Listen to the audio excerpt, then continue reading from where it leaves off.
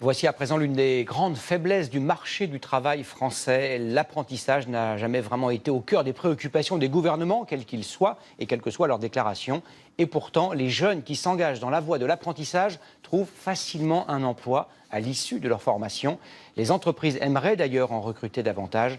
C'est le cas notamment du secteur de l'ameublement qui manque cruellement d'apprentis. Reportage dans les Vosges de Bastien Delaubert et Vincent Rucli.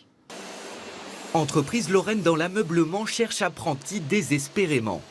Tapissiers, ébénistes ou décorateurs, des dizaines d'entreprises ne trouvent personne à former dans ces métiers. C'est le cas chez ce fabricant de volets à la recherche d'un apprenti menuisier. On est dans un milieu rural, on est dans une entreprise dans un village où il y a seulement 200 habitants. L'école d'apprentissage est à peu près à 50 km. Ça fait bien 5-7 ans. Nous n'avons aucune demande en apprenti BEP ou CAP.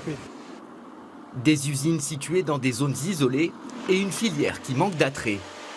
Après 20 ans d'une lourde crise, l'ameublement veut sortir de cette image d'industrie du passé. Nous, on est dans des phases de recrutement, notamment sur des métiers de tapissier aujourd'hui où on a des besoins. Et voilà, on a une véritable difficulté à trouver des jeunes. Les fabricants de meubles cherchent des apprentis de plus en plus qualifiés. Pour répondre à ces nouveaux besoins, l'offre de formation doit se transformer.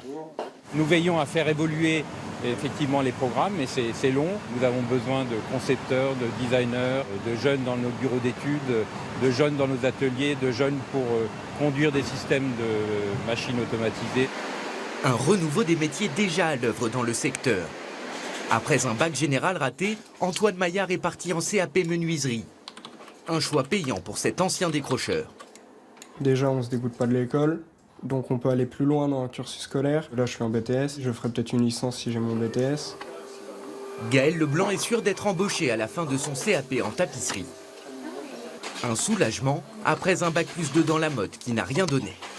Toujours la même réponse, vous n'avez pas d'expérience, même pour un stagiaire, il nous faut un minimum d'expérience professionnelle. Donc voilà, j'ai compris à quel point c'était difficile pour les jeunes d'obtenir des diplômes et ensuite de rentrer dans le monde du travail. Personne ne nous fait confiance en fait. L'an dernier, 270 000 contrats d'apprentissage ont été signés en France. En moyenne, 7 apprentis sur 10 décrochent un emploi directement après leur formation.